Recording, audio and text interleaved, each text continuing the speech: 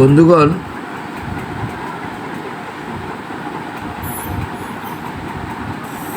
চলছে দাঁতের ট্রিটমেন্ট। জুয়ার সম্মানিত দেখছেন আপনারা, মুরব্বীরা বলে যা সবসময়ই দেখেছি ফলে তা। দাঁত থাকতে দাঁতের মর্ম বুঝি না আমরা। সেই দৃষ্টিকোণে দাঁতের সমস্যা দেখা দিলে আমি চলে গেলাম রেইনবো ডেন্টাল কেয়ারে।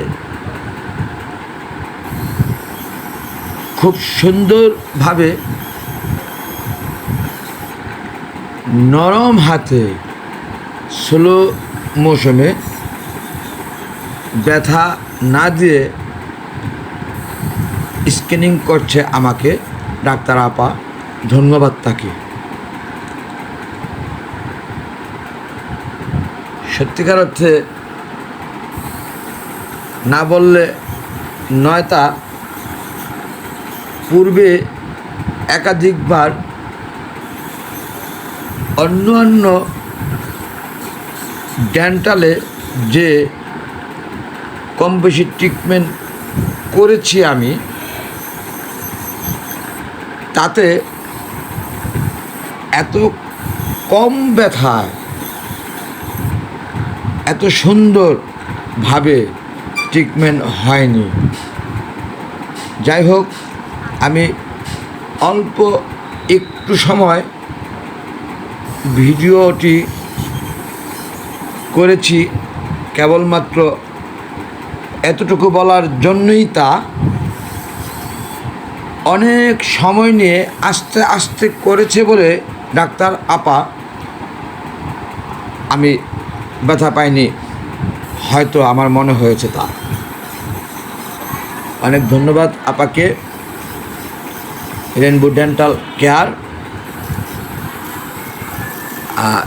থাম্বনেলে পূর্ণ ঠিকানা, ডাক্তারের নাম সহ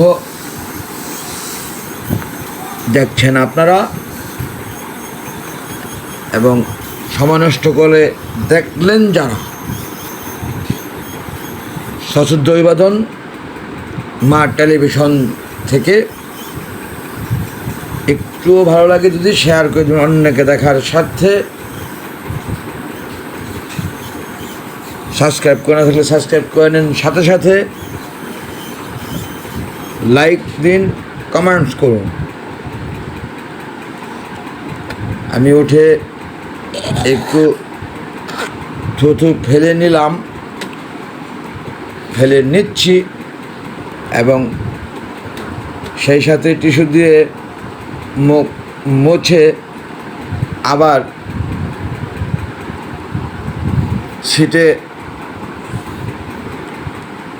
শোয়ার প্রস্তুতি এবং শুয়ে পড়লাম। পাইপ ঢুকিয়ে দিচ্ছেন আপা মুখে, এবং ঢুকিয়ে দিলেন। আবার শুরু হয়ে গেল সেই তাদের ডেন্টালের যন্ত্রপাতি দিয়ে, যেভাবে একটি দিয়ে জিহ্বাকে সরিয়ে রেখে অন্য মেশিনটি দিয়ে পানি সহকারে দাঁতের গোড়ায় থেকে পাথর উঠিয়ে নিচ্ছেন। সেই সাথে পাইপ ঢুকিয়ে দিলেন মুখে, যে পূর্বে দেখলেন সেই পাইপ দিয়ে পানি বের হয়ে যাচ্ছে, মেশিন দিয়ে টেনে নিচ্ছে। তারপরেও নেওয়ার পরে অতিরিক্ত থাকে যা, মাঝে মাঝে উঠে ফেলে দিচ্ছি, তা দেখছেন বন্ধুগণ আপনারা। সর্বোপরি মুরব্বীরা বলেছে যা, প্রত্যেকের জীবনেই দেখা বনেছে তা। দাঁত থাকতে দাঁতের মর্ম বুঝি না আমরা। সেই দৃষ্টিকোণে তড়িৎ গতিতে দাঁতের ট্রিটমেন্টে চলে গেলাম। আপনাদের সকলের কাছে দোয়ার প্রত্যাশা। Thanks all. আসসালামু আলাইকুম আল্লাহ হাফেজ।